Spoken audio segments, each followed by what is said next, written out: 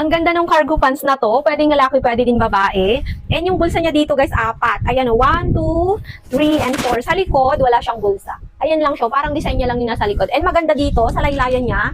Ayan, wide leg na kasi to. Kung ayaw mo ng masyadong wide leg, pwede mo siyang i-adjust.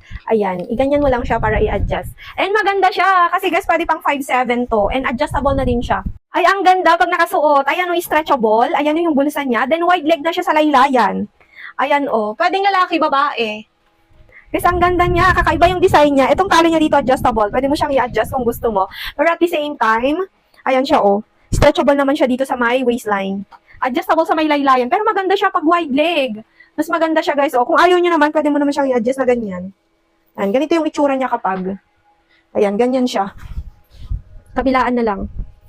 Ayan, ganyan yung itsura niya pag naka-adjust. Pwede mo siyang ibaba.